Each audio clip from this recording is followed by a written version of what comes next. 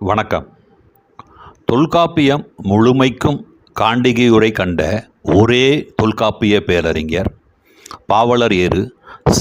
பாலசுந்தரனாரின் நூற்றாண்டு விழா நிறைவை முன்னிட்டு கடந்த 29/8/2024 வியாழக்கிழமை தஞ்சை மாவட்ட மைய நூலகத்தில் மாவட்ட மைய நூலக வாசகர் வட்டத்தின் சார்பில் வாசகர் வட்ட தலைவர் புலவர் மா. கோபாலகிருட்டிணன் அவர்களின் பெருமுயற்சியால் நடத்தப்பெற்ற தஞ்சை மாவட்ட தமிழ் ஆசிரியர்கள் மற்றும் தமிழ் ஆர்வலர்களுக்கான ஒரு நாள் புத்தாக்க பயிற்சியின் போது தஞ்சாவூர் சரஸ்வதி மகால் நூலகத்தின் முன்னாள் ஆவண பாதுகாப்பாளர் முனைவர் ப.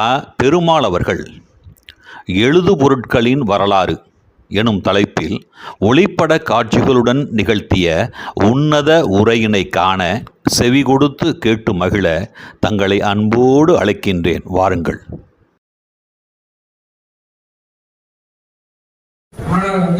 நூலகராக இருந்தால் கூட எனது பணி புத்தகங்களை பாதுகாப்பு. அதனால நான் புத்தகங்களை துடைத்துதான் நான் இதுவரை குறைந்தது ஒரு 50,000 புத்தகங்களையாவது நான் துடைத்திருக்கிறேன் சொல்லலாம். அது மாதிரி ஒரு 50,000 சுவடிகளை பல இடங்களுக்கு சென்று நான் துடைத்திருக்கிறேன். அதனால எனக்கு இந்த தகவல் இன்னைக்கு ஐயா ஆலோசனைய நிறைவு விழாவில் பேசுவதற்கு வாய்ப்பளித்த எனது நண்பர் மதிவணன் அவர்களுக்கும் ஐயா கோபாலகிருஷ்ணன் அவர்களுக்கும் வணக்கம் தெரிவித்துக் கொள்கிறேன்.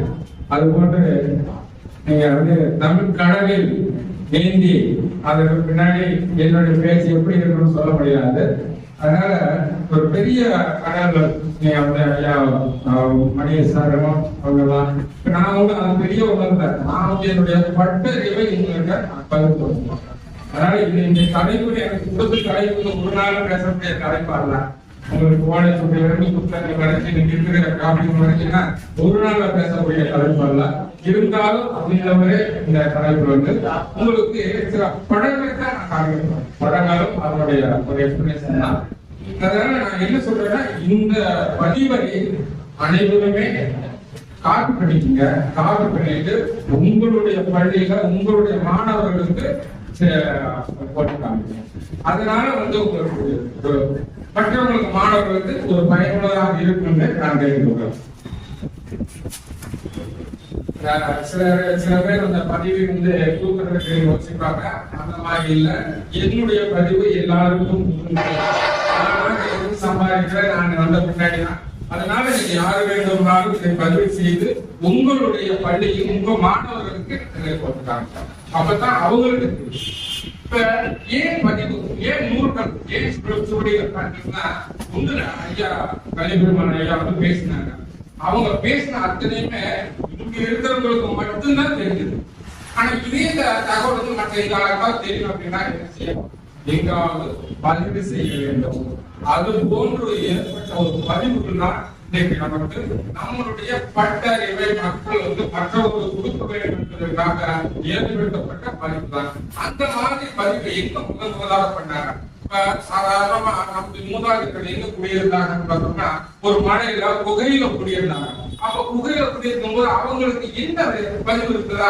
எதுவுமே எந்த விதமான ஒரு எண்ணங்களும் இல்லாம ஒரு கருத்தை ஒரு அடுத்தவங்களுக்கு சொல்லணும் அப்படிங்கிறதுக்காக ஏதாவது கல்லுகளை பதிவு செய்யல. அப்ப அந்த கல்லுகளை பதிவு செய்யும் போது என்ன உண்மை தெரியல. இன்னைக்கு எல்லாம் பிளான்ட் இன்வென்ஷன், அன்னைக்கு ஒரு ஆக்சிடென்டல் இன்வென்ஷன் சொல்ல முடியாது. கல் எடுத்தாங்க, அதை கோடு போட்டாங்க. கல் எடுத்து கோடு போட்டாங்க.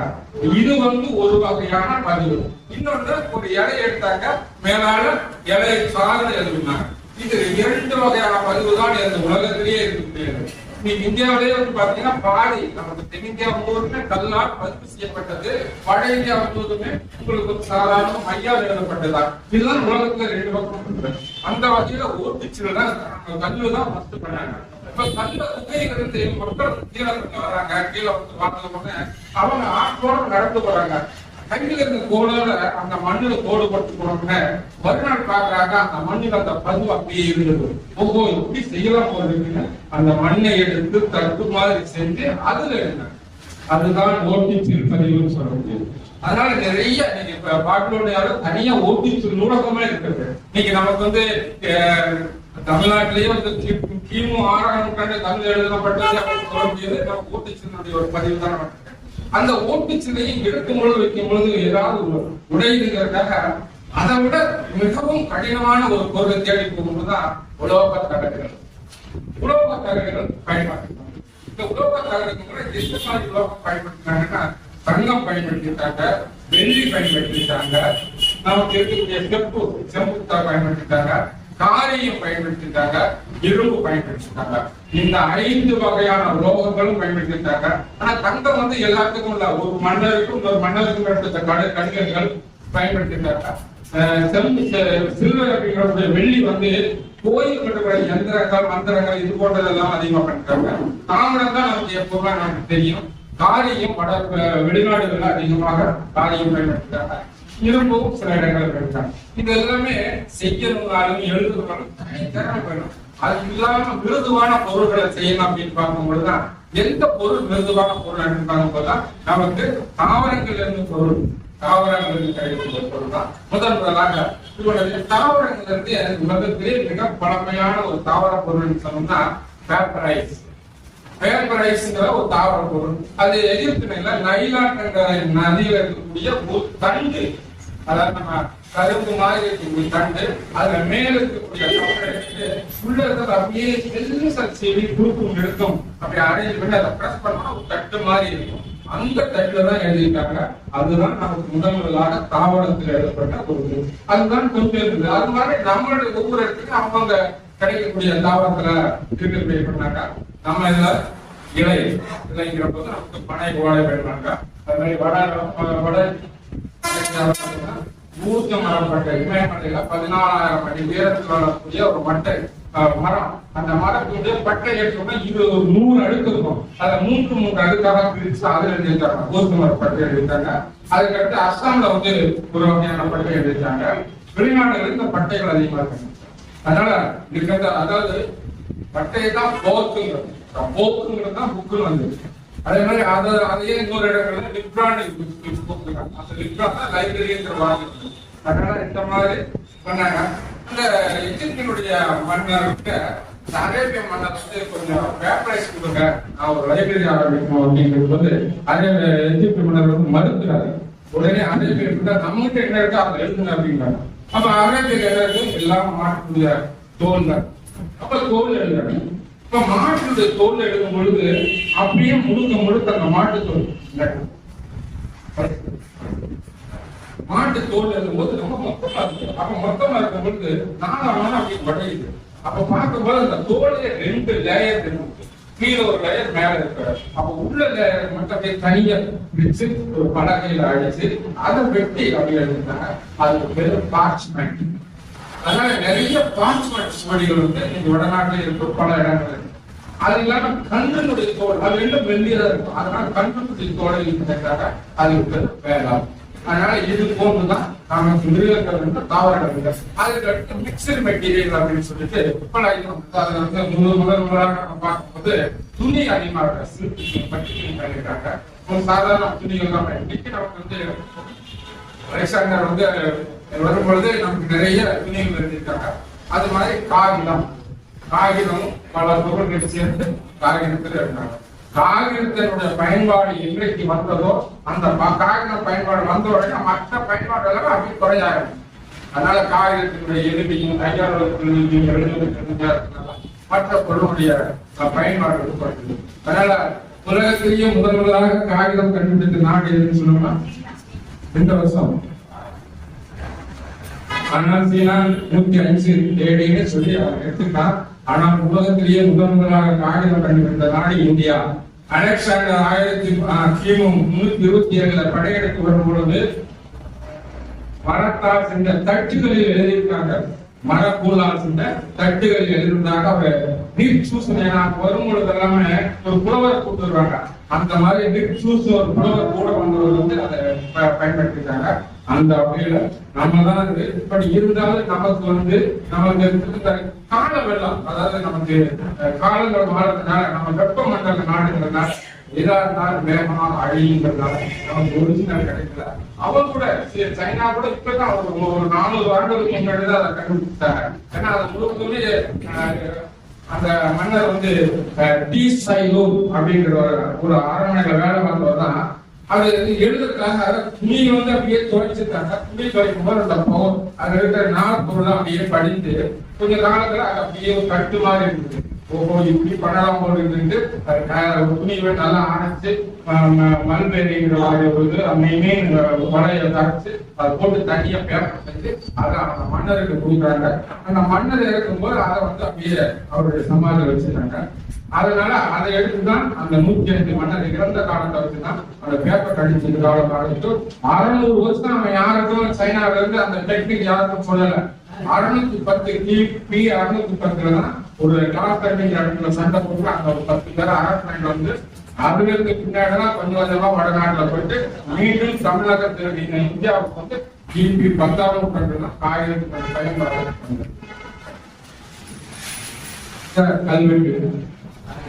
கல்வெட்டு பெரிய கோயிலுடைய கல்வெட்டு தான் 10ஆம் நூற்றாண்டு எழுத்துக்கிறதெல்லாம் உங்களுக்கு தெரியும். இந்த மாதிரி ஒவ்வொரு இதுலயுமே இருக்கும்.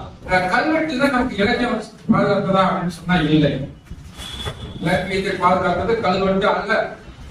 எல்லா கல்வெட்டுகளுக்கும் ஒரு அரண்மனை மன்னனுடைய புகழை பற்றி கல்வெட்டுகள்ல இலக்கியம் இலக்கியம் இருக்கக்கூடிய கல்வெட்டு 3 தான். ஒன்று குடுமையான் மலையில் இருக்கக்கூடிய இசை கல்வெட்டு, திருச்சிராப்பள்ளியில் இருக்கக்கூடிய திருச்சிராப்பள்ளி அந்தாதி கல்வெட்டு மற்றும் திருவிடை காயங்கிற இருக்கக்கூடிய தேவார கல்வெட்டு. இது 3 தான் இலக்கிய கல்வெட்டுகளாக இருக்கு. எனக்கு தெரிந்தவரை இது முழுவதுமே உங்களுக்கு ஆவணம், அதாவது முழுக்க ஒரு வரலாற்று சொல்லக்கூடிய கல்வெட்டுகள் தான். போட்டுச்சு மண்ணை எடுத்து அப்படியா அப்ப இதை பார்க்கும்பொழுது நம்மளுடைய தமிழகத்திலேயே ஒண்ணு சொல்றாங்க தெரிஞ்சிருக்கோம். சித்திரை எழுத்துக்கள் நம்ம கிட்ட இருந்திருக்கு. சித்திரை எழுத்துக்கள் தான் ஆரம்ப காலத்துல இருக்கு. ஆனா சித்திரை எழுத்துக்கள் தான் அஞ்சுனா அந்த கோட் போடுறது இது மாதிரிதான் ஆரம்ப காலத்துல இருந்திருக்காது. கொஞ்சமா அக்கிரமத்தில் வளர்ந்துருக்கு. அதனால இது எல்லாமே பொறுத்து செப்புப்பட்டயம் செப்புப்பட்டது ரொம்ப ஃபேமஸானது. 35 ரேடுகளை கொண்டு முழுக்க அந்த ரிங்க போட்டு ரிங்க்கு மேல வந்து ராஜராஜனுடைய அந்த எம்பளத்தை போட்டிருப்பாங்க. இன்னைக்கு சென்னையில் இருக்கக்கூடிய அருங்காட்சியகத்துல இருக்கு. தோல் மாதிரியே தெரியாது. இந்த ஆயுதத்துக்கும் கோலுக்கு வித்தியாசம் அந்த லைஃப்ல தூக்கி பார்க்கும்போது மட்டும்தான் அது பார்ட்ஸ் இருக்கும். இல்லைன்னா ஒரு ஃபைபர் இருந்தா பேப்பர் இது பேப்பரைஸ் அந்த வந்து பேப்பரைஸ் இது வந்து இதுவும் வந்து பேப்பரைஸ் அதிகமாக சூழல் இருந்தா தனியாவே மை கொண்டு எழுதியிருக்காங்க. இப்ப நமக்கு தெளிஞ்சா முழுவதுமே எழுத்துக்கள் வந்து முழுக்க வட்ட வடிவமானது. நான் வடஞ்ச முழுவதுமே நேர் கொண்டு இருக்கு. நேர் கொண்ட எழுத்துக்களை வந்து எப்பவுமே பதிக்கிறது வந்து கஷ்டம். அதனால வட இந்தியா எழுத்து முழுவதுமே மை கொண்டு எழுதியிருக்காங்க. தென்னிந்தியா எழுத்து மட்டும்தான் எழுத்தாணி கொண்டு பட்டவர்கள். 3 தப்பைகள் கொரியா ஜப்பான் எல்லாமே 3 தப்பு. ஏன்னா அவங்க மேல கீழே எழுதுறது. அதனால 3 தப்பை எழுதி கையில போட்டு அப்படியே சுற்றி. அதனால 3 தப்பைகளுடைய இது வந்து அதிகமாக இது மாதிரிதான் அதிகமான ஆரம்ப காலத்தினுடைய இலக்கியங்கள். இது கூச்சமரப்பட்ட பழைய இந்தியாவினுடைய ஒரு பட்டை ஓலைச்சுவடி தமிழகத்தினுடைய ஒரு ஓலைச்சுவடி. அதனால இந்த ஓலைச்சுவடி என்று சொன்னால் அது தமிழ்நாட்டில் இருந்தால் மற்ற எல்லா இடங்களுக்கும் வர வேண்டும். தமிழகத்திலிருந்து தான் சிலோன் பணத்து சிலோல இருந்து தாய்லாந்து போன்ற பல கோயில்கள் இருந்தா இன்னைக்கு வந்து மற்ற இடங்களுக்கு போட்டோம். ஆனா இந்த வெளிநாடுகளில் நிறைய ஓலைச்சுவடிகள் அங்க எழுதல. தமிழ்நாட்டில் எழுதப்பட்ட தமிழ்நாடு சிலோன் தாய்லாந்து போன்ற பகுதிகளில் எழுதப்பட்ட சுவடிகள் தான் அங்கே இருக்கு. ஆனா இங்க எழுதப்பட்டது கொஞ்சம் பின்னாடி போன பர்மாவில் எழுத ஆரம்பிச்சு. பர்மாவில் கொஞ்சம் எழுத ஆரம்பிச்சாங்க. அப்புறம் வட இந்தியாவில எழுத ஆரம்பிச்சாங்க. அப்புறம் வட இந்தியாவில் எழுதும் போது நம்ம எழுதும் போது பதித்து எழுதுதல் எழுத்து அன்னைக்கு வந்து கீறி எழுதுறது. அந்த பனை மரத்துல 3 வகையான பனை இருக்கு. அதுல ஒரு வகையான கூந்தல் பனை இருக்கு. 6ஆம் காலத்து பனை. அது நிறைய ராமாயணம் அதுக்கு அடுத்த இந்த ஓலை எல்லாமே சாதா பனையில இருந்து எழுத்தாணி கொண்டு இதை வந்து பதப்படுத்தி அது மேற்பகுதி பதமா இருக்கும்போது எழுத்தாணி பின்னாடி அதை எடுத்து வழி அப்படி எழுத்தாணி இல்லாம நேர் கொண்டு இருக்கிறதெல்லாம் மை கொண்டு இருந்தாங்க. இதான் நம்மளோட பனை முன்னாடி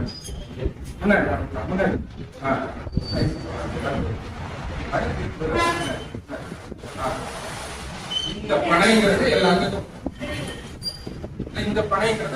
நமக்கு பெரிய பனை. இதுதான் நீங்க நாட்டு பனை, சாதா பனைன்னு சொல்ல முடியாது. நமக்கு இங்க இதுக்கு முன்னாடி இருக்கிறது வந்து ஒரு கூந்தல் பனைன்னு சொல்லக்கூடிய வட கேரளாவோட இருக்குது. நமக்கும் முக்கியமான இடங்கள் எல்லாமே நீளமானது, நல்ல அகலமா இருக்கும், 4 அடி நீளம் இருக்கும்.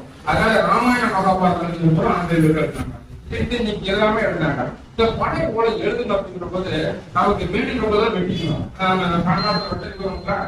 நோக்கி இருந்தாங்கன்னா வெட்டணும். அதனால தேவைப்படும் பொழுதெல்லாம் வெட்டுவக்கூடிய ஒரு பனைமரம் தான் வெட்டு பனைன்னு சொல்லக்கூடியது. இந்த வெட்டு பனைக்கு என்னன்னா பனையிலேயே பெண்மனை ஆண்மனை வெட்டும், நம்பு கொடுக்கிற பெண்மனை நாம் எழுதுவதற்காக எப்பொழுது வேணாலும் வெட்டக்கூடிய பனை ஆண்மனை.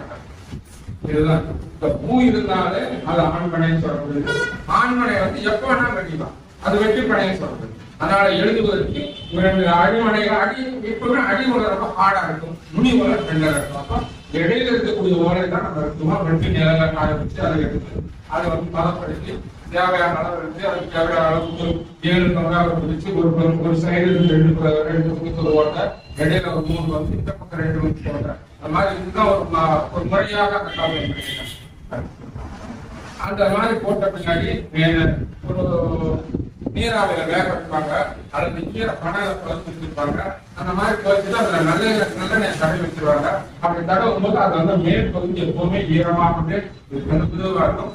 அந்த நேரத்துல இதுதான் வார எழுத்தாணின்னு சொல்லக்கூடியது. இந்த எழுத்தாணி வந்து கத்திக்கிறது கீரை வெளியில நம்ம விட்டுறதுக்காக அப்படியே நமக்கு கீரி எழுதணும். கீரி எழுதணும். கீரி எழுதும் போது மைக் தடவுறது இல்லை, எழுதுன பின்னாடிதான் நம்ம மாற்றணும். அதுக்கு அடுத்து இருக்கிறது குண்டு எழுத்தாணிங்கிறது. குண்டு எழுத்தாணிக்கு மாணவர்களுக்காக முடியாது. அதுக்கு அடுத்து மடக்கெழுத்தாணி, கத்தியும் இது பேனா கத்தி சொல்றோம். பேனாவும் கத்தி இருக்கிறதுனால பேனா கத்தி, கத்தி இல்லாம பேனா இல்லாம அந்த கத்தியும் பேனா கத்தி தான் சொல்றோம். ஆனா அந்த கத்தியும் அந்த மாதிரி வெளியில போனா பாக்கெட்ல போட்டு இந்த மாதிரி இதுதான் முறை, எழுதக்கூடிய முறை. நீங்க எழுதுற மாதிரி இல்லை. நாம இந்த கை இந்த நகத்துல ஒரு வீ கட் போட்டு மேல தருவோம். அதனால 2 கையும் சேர்ந்து எழுதுனா நடந்து கொண்டே எழுதுவாங்க. அத்தனை புலவர்கள் எழுத்தர்கள் அல்ல, அவர்கள் எழுத்தர்கள் அமைந்து பண்ணுவாங்க. அவங்க சொல்ல சொல்ல எழுதுவாங்க. இது மாதிரிதான் நமக்கு எழுத்தாணி இருந்தது. சில நேரங்கள்ல வந்து பெரிய எழுதுவாங்க. அந்த மாதிரி பகுதியை வந்து எழுதிதான் பல இடங்களுக்கு கொண்டு போய் அப்படி பார்க்க முடியாது. அது பெரிய கிரந்த தானம் சொல்லக்கூடியது. அது மாதிரி முக்கியமான நூல்களை வந்து வெளியில கொடுத்துருக்காங்க. அந்த மாதிரி கிரந்த தானம் சொல்லியிருக்காங்க. எழுதுறது மாதிரி எழுதியாச்சு, நம்ம படிக்கலாம். 2 சில நேரங்கள் கூட்டப்பட்டதாக எழுதிய வச்சுன்னா மஞ்சள் தரட்டா போதும்னு சொல்றாங்க. சில இடத்துல நம்ம படிக்கணுங்கிறதாக மிளகு கறியும் கோவை இலையும், மிளகு கறி கோவையில சாதி கட்டி சேர்த்து அது மேல கடை போட்டு அந்த எங்கெங்கெல்லாம் கீழே இருக்கோ அங்கெல்லாம் சரி பண்ணிட்டோம். அதே மாதிரி கோவை இலைக்கு அடுத்து கோமத்தீரை. இது 2யுமே 2ல ஏதாவது ஒண்ணு அந்த மிளகு கறியோட எடுத்து நம்ம மேல தடவும் போது அந்த சாறு வந்து கீரைகளோட பதிஞ்சிச்சுன்னா உங்களுக்கு எடுத்துக்க தெரியும். இதுதான் நம்மளுடைய தயாரிக்கக்கூடிய முறையாக இருக்கிறது. அதற்கு பின்னாடி பாத்தீங்கன்னா உங்களுக்கு அதெல்லாம் எழுதி கொஞ்சம் மட்டும்தான் கல்வியை தர வேண்டும். அதனால எழுதிட்டு இதுதான் நமக்கு வந்து ஓலையை வந்து எழுதி நல்ல மஞ்சள் கயிறு ஓலையை வெட்டி கிளிமுக்கு வச்சு அது எல்லா இடத்துக்கும் முடிப்பா ஒரே பிரச்சனை இந்த கடைசி வரைக்கும் வந்து அந்த கடைசி வரைக்கும் நல்லா வச்சிருக்காங்க. இதுதான் நம்ம 3வது ஓலை சூழ்நிலை. இந்த ஓலை சூழ்நிலை நமக்கு எல்லா இன்னைக்கு வந்து எழுது பொருள் அப்படின்னா அன்னைக்கு மனையோட தான். அதனால இலக்கியம் மட்டும் எழுதல, ஒரு சாசனங்கள் இருந்தாங்க, ரெவன்யூ ரெக்கார்ட்ஸ் இருந்தாங்க, எல்லாமே நமக்கு ஓலைதான். சரஸ்வதி மகாபாரதத்துல 1826 இருக்கக்கூடிய ஒரு பீரம். ஃபர்ஸ்ட் பீரம் ரிஷப் கீப்பர் வந்து 1826 மார்ச் 26 அங்க வந்திருக்காரு. வந்து சரபோஜியில பேசிட்டு அப்போ வந்து அவருடைய இங்கிருந்து திருச்சி போய் குறிக்கும் போது கூட ரிச்சர்ட் சங்கர் அவர் இருந்தவர். அவர் வந்து அந்த அவருடைய ரெக்கார்ட் அப்படின்னு பப்ளிஷ் பண்றாங்க. பப்ளிஷ் பண்ணும்போதுதான் அவர் 10 big awards அப்படின்னு சொல்லிட்டு மென்ஷன் பண்றாங்க. இந்த மாதிரி வேலை சொல்லுவாங்க. ஒரு 26 ஓலைச்சுவடிகள் 24 காங்கிரஸ் சொல்லுவாங்க. மிக பழமையான சுவடிகள் 11ஆம் நூற்றாண்டு. அது முன்னாடி ரேட்டட் மேனுஸ்கிரிப்ட் 1430 சான்ஸ்கிரிட் மேனுஸ்கிரிப்ட். இந்த மாதிரி தமிழ், மராட்டி, தெலுங்கு இந்த மாதிரி எல்லாம் இதுல வந்து நம்ம நிறைய மடங்கள், ஜைன மடங்கள் எல்லாம் போய் பார்த்தீங்கன்னா ஓலைச்சுவடி வந்து இந்த துணியில கட்டி, இந்த துணியில கட்டி வைக்கக்கூடியது நம்ம முக்கியமான பழக்கம் வீடுகளே இருந்தது. அதுலயும் குறிப்பாக சிவப்பு துணி. இந்த சிவப்பு துணி அப்படின்னா பூச்சிகள் வராது, சிவப்பு கலர்லயே பூச்சி வராது. அதனாலதான் கோயில்ல வெள்ளையும் சிவப்பு அடிக்கிறது, மார்கழி மாசம் வீட்டுக்கு முன்னாடி சிவப்பு கொண்டு வர்றது, புத்தகங்களை பாத்தீங்கன்னா சரி சைடுலாம் சிவப்பு அடிக்கும். பைபிள் பாருங்க சைடெல்லாம் சிவப்பு. சிவப்பு வந்து சிவப்பு கலர் வந்து பூச்சி கண்ணை இறுகிட்டு இருக்கணும். அதனால ப்ளூ கலர்னா வயலட்னா அட்ராக்டிவ் கலர், ரெட் கலர். சிவப்பு துணி தான் இந்த காலத்துல இருக்கு. இந்த ஆவண சுவடி நிறைய இது வந்து புதுக்கோட்டை ஆவணங்கள் இருந்து எடுத்துக்கணும். இந்த மாதிரி ஒரு கட்டளை அப்படியே ஒரு 1600 சுவடிகளை அப்படியே கட்டி வச்சிருப்பாங்க. எல்லாமே அந்த காலத்துக்கு தேவையான ரெக்கார்ட்ஸ் எல்லாம். இது மாதிரி நமக்கு தமிழ் அறிந்த ஆற்றல் பற்றி நிறைய வீடு விற்கக்கூடியது ஓலையில இருந்திருக்காங்க.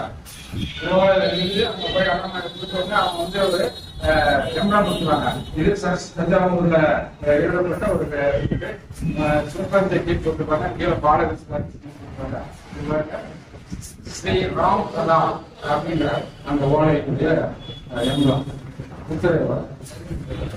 வடநாட்டுல இன்னைக்கு ஓலை எழுதுறாங்க. ஆனா நம்ம மாதிரி எழுத முடியாது. அதனால மை கொண்டு மை கொண்டு எழுதக்கூடிய ஒரு முறை. மை கொண்டு எழுதுனா தான் அவங்களுக்கு வந்து எழுதுவோம். ஏன்னா எந்த எழுத்து வட்ட வடிவமாக இருக்கோ அதுதான் எழுத்தாங்க. நேர் கொண்டதை வந்து எழுத்தாங்க எழுத முடியாது. வடநாட்டுல ஒரிசா வரைக்கும் இருக்கிற அதிகமாக கிடைக்கக்கூடிய ஓலைச்சுவடியா ஒரிசா தான். ஒரிசா ஒரு 80,000 ஓலைச்சுவடி இருக்கு. அதுக்கு அந்த பக்கம் இல்லாம இருக்கு ஓலைச்சுவடி இருக்கு, கொஞ்சம் மை கொண்டு இருக்கும். நம்ம இதுல என்ன எப்பவும் அந்த எழுத்து அப்படியே இருக்கும். ஓலை உடையிற வரைக்கும் அந்த எழுத்து இருக்கும். இதுல என்னன்னா உராய்வுனால எழுத்துக்கு கீழே விழுந்துடும். ஒரு எழுத்து ஒரு ஓலையை படிப்பதற்காக உங்களுக்கு எப்படி பண்ணாங்கன்னு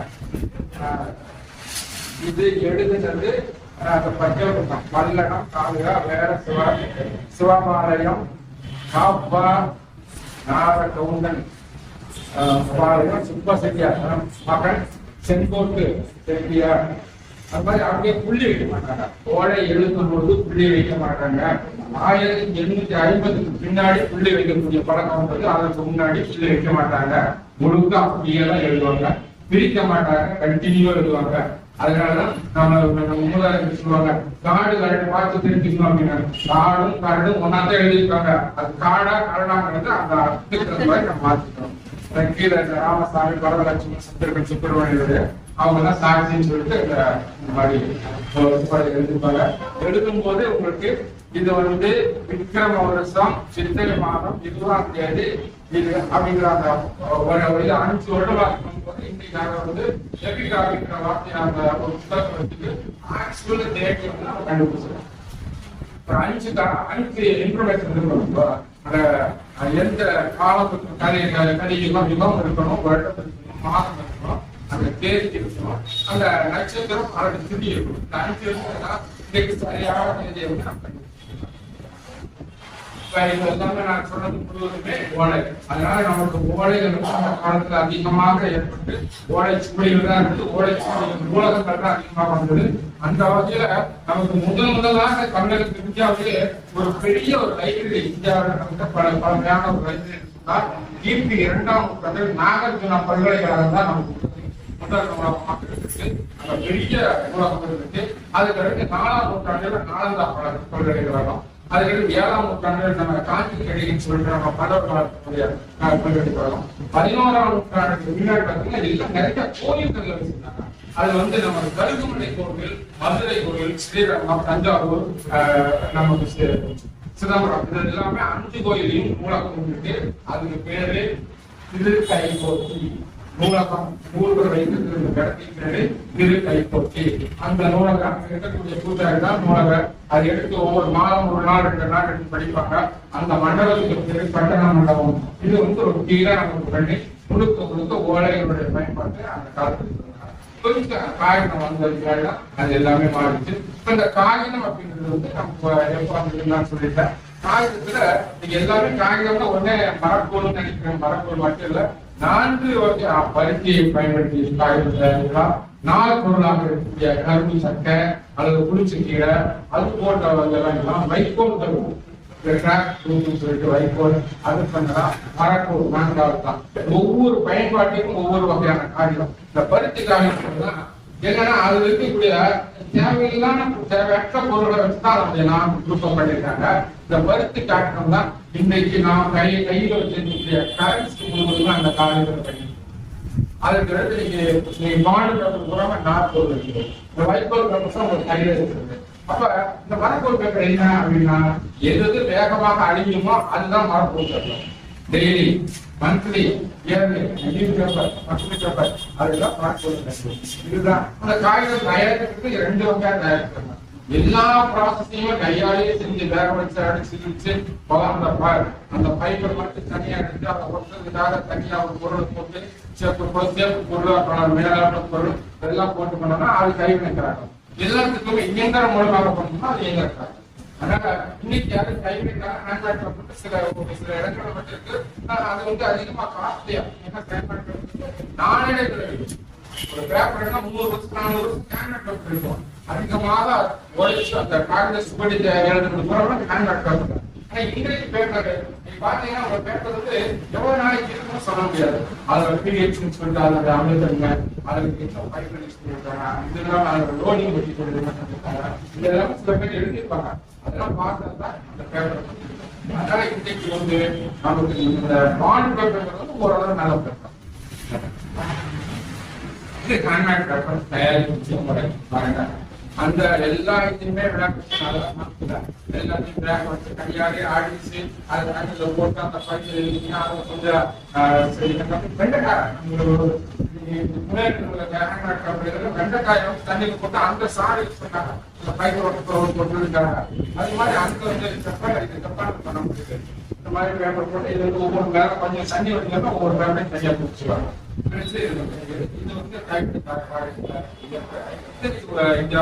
உலகம் முழுக்க இந்தியாவில் பெஸ்ட் பேப்பர் ஜப்பான்ல 1000 வருஷம் 1000 வருஷமா 2000 வருஷத்துக்கு முன்னாடி கூட இன்னைக்கு வரைக்கும் இது நீந்த அந்த இதுல போட்டு அடிச்சு எல்லாத்தையும் ஒவ்வொன்னா பிடிச்சு உங்களுக்கு திரும்ப பேப்பர் மாதிரி பண்ணி கொண்டு வர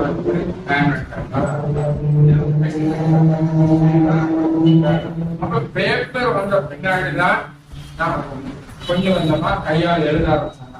சரி கையால் எழுதலாம். அப்ப கையால் எழுதி ஒரு மேனேஜ் சொல்லுவேன் 10 உழைச்சு முடிச்சு இதுக்கு வித்தியாசம் இல்லை. ஏன்னா இது ஒண்ணுதான் எழுத முடியும். அப்ப ஒரு நிறைய கொண்டு வரோம் மாஸ் கொண்டு வரோம் அப்படின்னா என்ன செய்யலாம் அப்படிங்கிறது காப்பி பண்ணாங்க. காப்பி பண்ணி அது ஆட்டோமேட்டிக்கா மெஷின்ல கொண்டு வரோம் அப்படின்னா ஒரு அவங்க கண்டுபிடிச்சுன்னா பிளாக் பிரிண்டிங். மரப்பலகையில எழுத்துக்களை தலைகீழாக வெட்டி மைய தடவை பேப்பர்ல ஒத்தி எடுக்கக்கூடிய ப்ராசஸ். முன்னாடி எக்ஸாம் இருக்கும்போது நீங்க பாத்தீங்கன்னா ப்ரூஃப் எடுப்பாங்க. எடுத்து எல்லாம் போட்டு மையம் போட்டு பேப்பர் வச்சுன்னா ப்ரூஃப் ரீடிங்காக எடுப்பாங்க. அந்த முறையில தான் பிளாக் பிரிண்டிங் மரப்பலகையில அந்த எழுத்துக்களை தலைகீழாக வைக்கணும். வெட்டி மைய தடவி அதை இது பண்ணும் பொழுது ஆட்டோமேட்டிக்கா நமக்கு நேரம் அது அடுத்தது. இதெல்லாம் கையால் எழுதுறது இதெல்லாம் 300 வருடம் 300 வருடம் சாதாரணமா உங்களுக்கு ஹேண்ட் 300 வருடம். இது எல்லாமே அன்பிளீச்சிங், எந்த கெமிக்கல் பயன்படுத்தாம அந்த அதே கலர்ல இருக்கக்கூடியது. இங்க இருந்த மோடி டாக்குமெண்ட்ஸ் சரஸ்வமா ஒரு 250 வருஷம் ஆன டாக்குமெண்ட்ஸ் இந்த மாதிரி இல்லை. சில இதெல்லாம் மைக்கு வந்து எழுதி நம்ம பண்றது. இது வந்து எழுத்து இந்த இங்கே வந்து 2 வகையான எழுதின்னு சொன்னாங்க. அதை மெசேஜ் சொல்ற இங்க் வந்து இந்தியன் இங்க், உலகமெல்லாம் பயன்படுத்தப்பட்ட ஒரு மை வந்து இந்தியன் இங்க். அந்த இந்தியன் இங்க் எழுதுவதற்காக என்ன பண்ணா, விளக்குக்கறி, வேளாண் பிசு, மழை நீர். விளக்குக்கறி, வேளாண் பிசு, மழை நீர், இந்த 3 சேர்த்தாச்சுன்னா ஒரு கறி. அது எழுதியாச்சுன்னா தண்ணி பட்ட கூட உடனே போகாது. அதுக்கு அடுத்து அப்படி கூட சில நேரம் அந்த கறி போயிட்டு அடுத்து ஒரு கடுக்கா மை அப்படின்னு கடுக்கா சாறு, அதே மாதிரி வேளாண் மழை நீர். இது போட்டுதான் இந்த மாதிரி ஆவணங்கள் எழுதுவதற்கான தனியாக தயாரிக்கப்பட்ட மைதான் உங்களுக்கு வந்து இந்த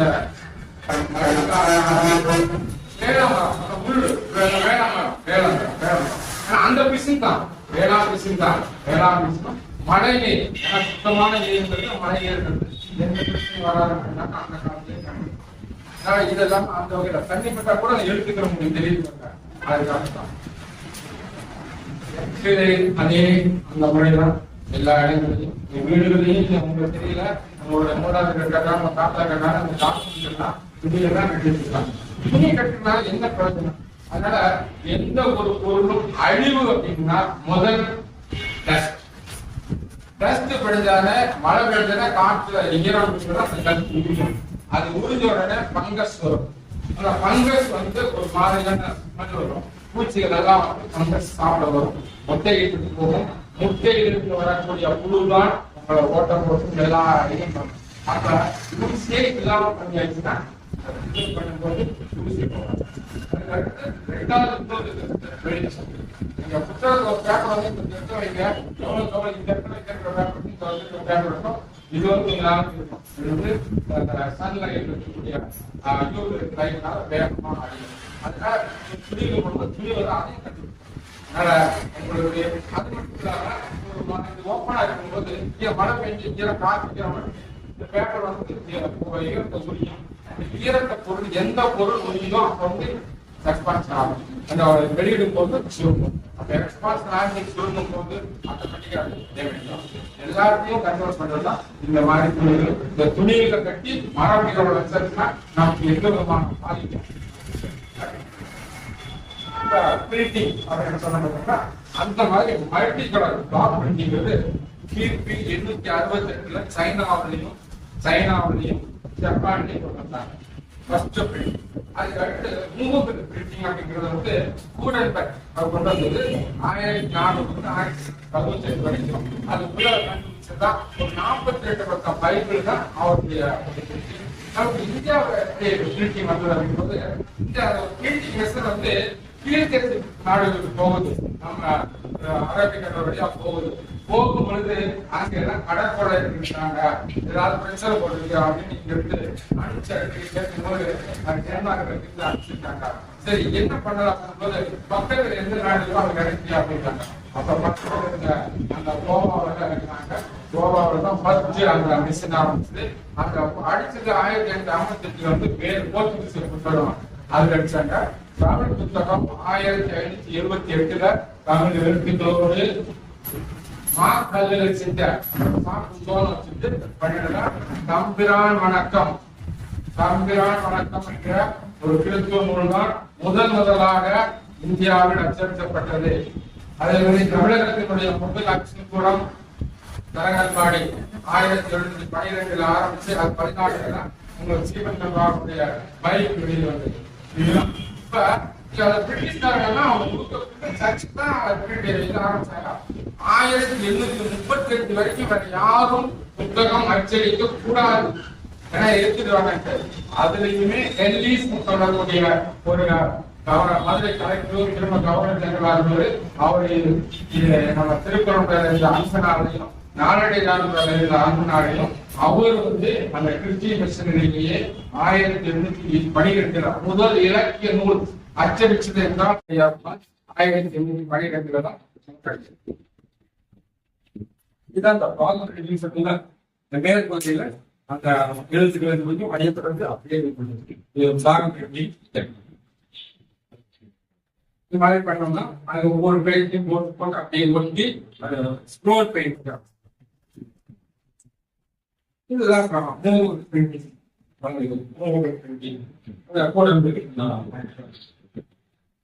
அந்த வகையில பாத்தீங்கன்னா ஆரம்பத்துல முழுக்க ரோமன் லெட்டர் தான் போட்டிருப்பாங்க. 1000 இப்ப எம்னா 1000, டீனா 500, சீனா 100, சீக்கு முன்னாடி 10 போட்டா 90. இந்த மாதிரிதான் இதுதான் தமிழ்நாட்டுடைய தமிழுடைய முதல் புத்தகம் 1554 லிஸ்பன்ல பிரிண்ட் ஆகும். லிஸ்பன்ல எழுத்து தமிழ் மொழி எழுத்துறாரு. இதுதான் கோவாவில் உள்ள வந்து நீங்க புள்ளி வைக்க மாட்டாங்க. அதே மாதிரி தான் அதனால சேர்த்து எடுத்துருப்பாங்க. கொஞ்சம் கஷ்டப்படும் அதை படிச்சு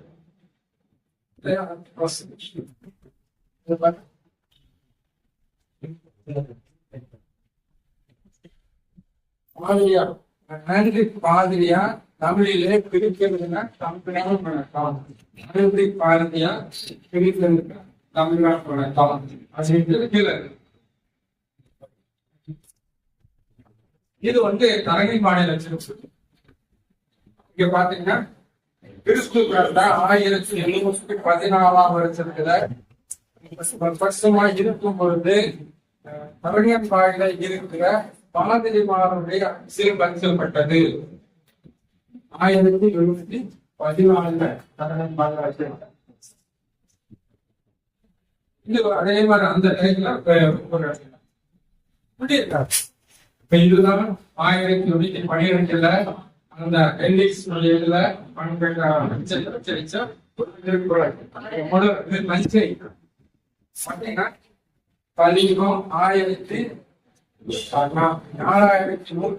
4190 ஆயிரத்து வருஷம் கோட்டை மண்டல சென்னை பட்டணத்தில் தஞ்சை மாநகரம் மலையப்ப பிள்ளை மாறன் ஞான பிரகாசினால் படிக்கப்பட்டது. மாச தினசரிகளின் அச்சுக்கூடம் 1812.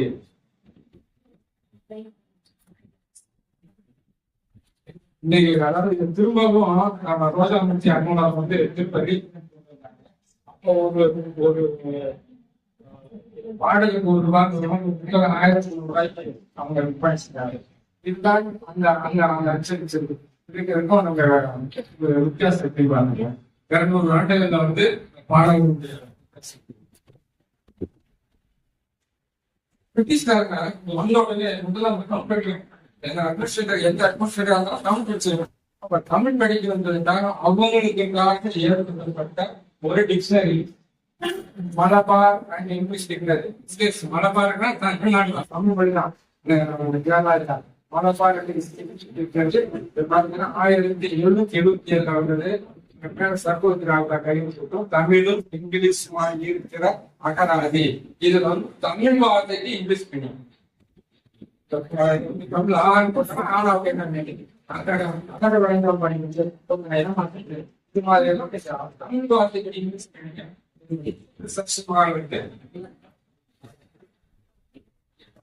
முதலாக இந்தியாவில் வந்த ஒரு சேனல் பெங்கால பார்த்தோம்னா முதல் சேனல் முதல் வானொலியாக பெங்கால் சொல்லிட்டு பண்றது ஒரு புத்தகம் அப்படிங்கிற மாதிரி வந்து அப்படின்னு சரியான யாருமே எல்லாமே அந்த அதை வந்து ஒவ்வொரு வகையா கரெக்டா வெட்டி அதை வந்து தச்சு அது சரியான படி ஏன்னா ரொம்ப ரேர். அதனால வந்து இது பண்ணிட்டாங்க. இதுல வந்து ஒவ்வொரு புத்தகத்தையும் எனக்கு தெரியாம புத்தகத்தை யாரும் படிக்கக்கூடாது. அதனால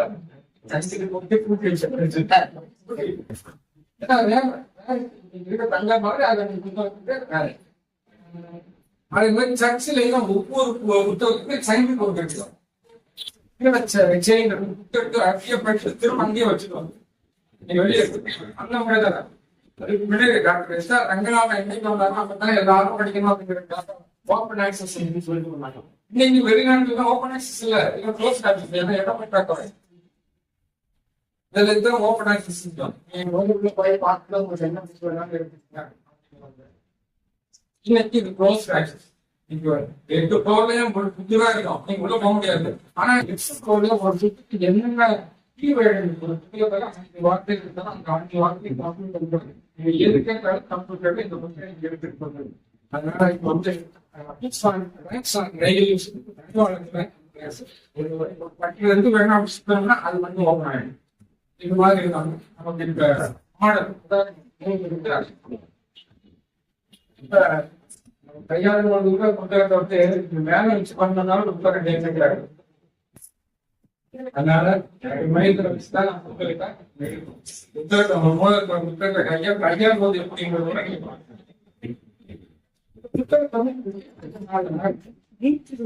மேல விழித்தாலே புத்தகம் உடையணும். அதனால இதெல்லாம் பண்ணக்கூடாது.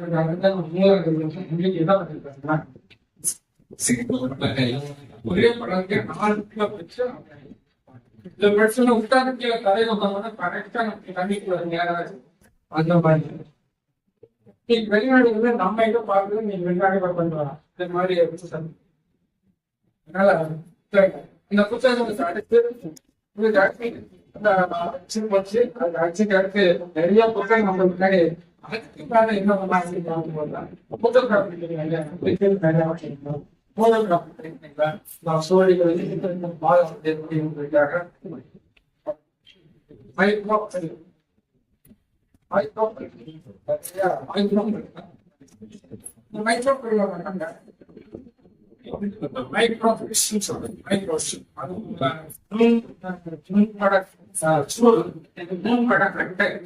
ஒரு அட்டையில 192 பக்கம் இருக்கு.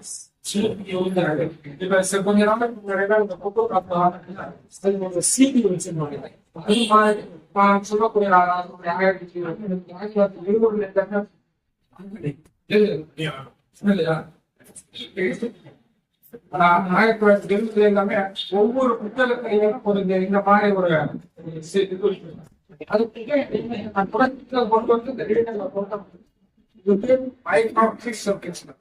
இது எல்லாமே கொஞ்சம் கொஞ்சமா அவுடேட் ஆகுது. ஏன்னா காலத்தில் மாறதுனால அதுக்கு அடுத்துதான் இன்னைக்கு வந்து டிஜிட்டலைசேஷன், போட்டோகிராஃபி, டைப் பண்றது எல்லாமே வந்தது. அந்த டிஜிட்டலைசேஷன் வந்து எப்போ எனக்கு தெரிஞ்ச வரைக்கும் பாத்தீங்கன்னா சிங்கப்பூர்ல ஒரு பெரிய மாநாடு நடக்குது, ஒரு தமிழ் மொழி மாநாடு.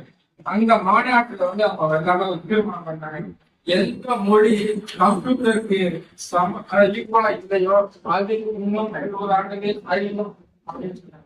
அப்பதான் அதுல வந்து அடிச்சு கல்யாண சுந்தரம் கண்ணன் சிங்கப்பூர், கல்யாண சுந்தரம் முதலுக்காரு, அவர் சுவிட்சர்லாந்து இருக்காரு.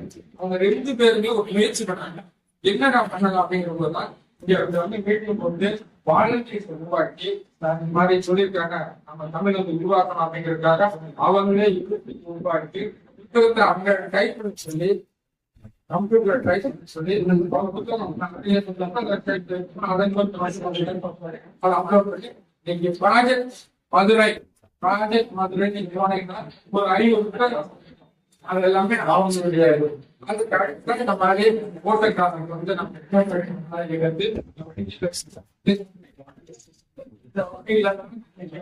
உலகம் எல்லாமே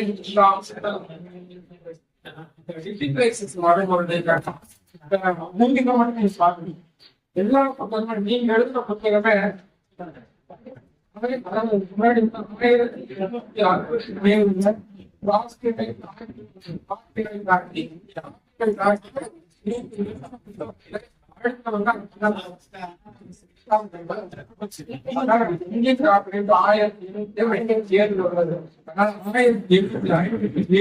பின்னாடி கொஞ்சம் பின்னாடி 1957 பின்னாடி கார்ப்பரேட்ங்கிறது அது இந்த மாதிரி நாட்டு வேலைப்பட்டது இல்லாம சாதாரணமாக இருக்கிற நூல்கள் எல்லாமே 60 அரசுடைய வாழ்நாள் பின்னாடி 60 வருடங்களுக்கு யாருமே சொல்லக்கூடாது. அது வந்து 100 மட்டும் எல்லாமே இன்னைக்கு உங்களுக்கு தெரியும். சில இது பாடுறேன் மேல இருப்பாங்க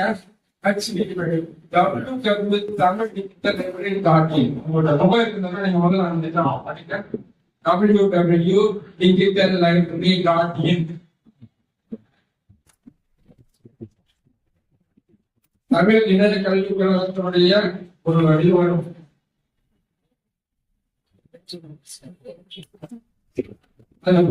பட்டியல் காட்சியும் வரும். அந்த பட்டியல் காட்சியும் வரும். அந்த பட்டியல் காட்சியை வந்து நீங்க அழுத்துங்க. எடுத்தீங்கன்னா உங்களுக்கு ஆணவமாக இருந்து முழு தமிழ்ல வந்து அனுப்பப்பட்டிருக்கோம். அது கீழே ஆங்கிலம் அனுப்பப்பட்டிருக்கோம். அதனால 1957 உள்ள தமிழகத்தில் உள்ள அத்தனை நூல்களுமே 16 நூலகங்கள்ல சரஸ்வதிமாக இருக்கக்கூடிய சரபோஜி மண்டலத்தில் கூட 2000 நூல்களுமே அந்த இடத்துல இருக்கு. நீங்கள்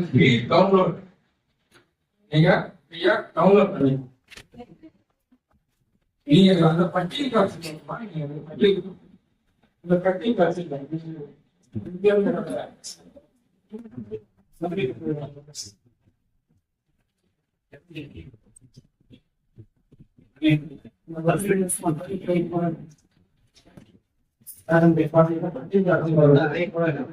பட்டியல் காட்சி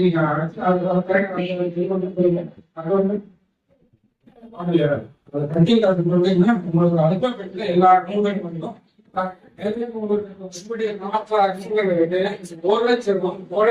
1,00,000 இது எல்லாமே அதுக்கு ஒரு நாள் நீங்க இது வந்து தகவல் இருந்து நீங்க சொல்லலாம். அது போட்டுதான் அடுத்து ரோஜா முத்தி அனுப்புனாங்க ஒரு 1400 கோவில் ஒரு மடத்தினுடைய நூல்கள் 13 தேவாயிருக்கு. பூவேச நூல்கள் கீழே சித்தலிங்க சைவசுக்காக மட்டும் வேண்டாம் இது. அதனால இந்த நூல்கள் எல்லாமே உங்களுக்கு இணையத்தில் எளிதாக நீங்க வந்து டவுன்லோட் பண்ணக்கூடிய அளவு இருக்கு. அதனால நம்மளுடைய நூல்கள் அப்படிங்கும்போது நம்ம படிக்க வேண்டிய நேரம் எல்லா நூல்களும் அதிகமாக வருது. அதனால நூல்கள் படிக்கலாம். அதாவது ஆரம்பத்துல தொடர்ச்சி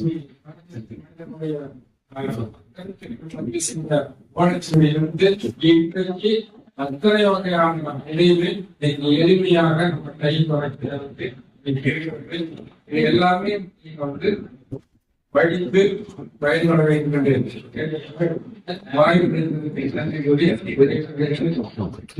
பதிவை யார் வேண்டுமானாலும் நீங்கள் உங்களுடைய மாணவர்களுக்கு நன்றி.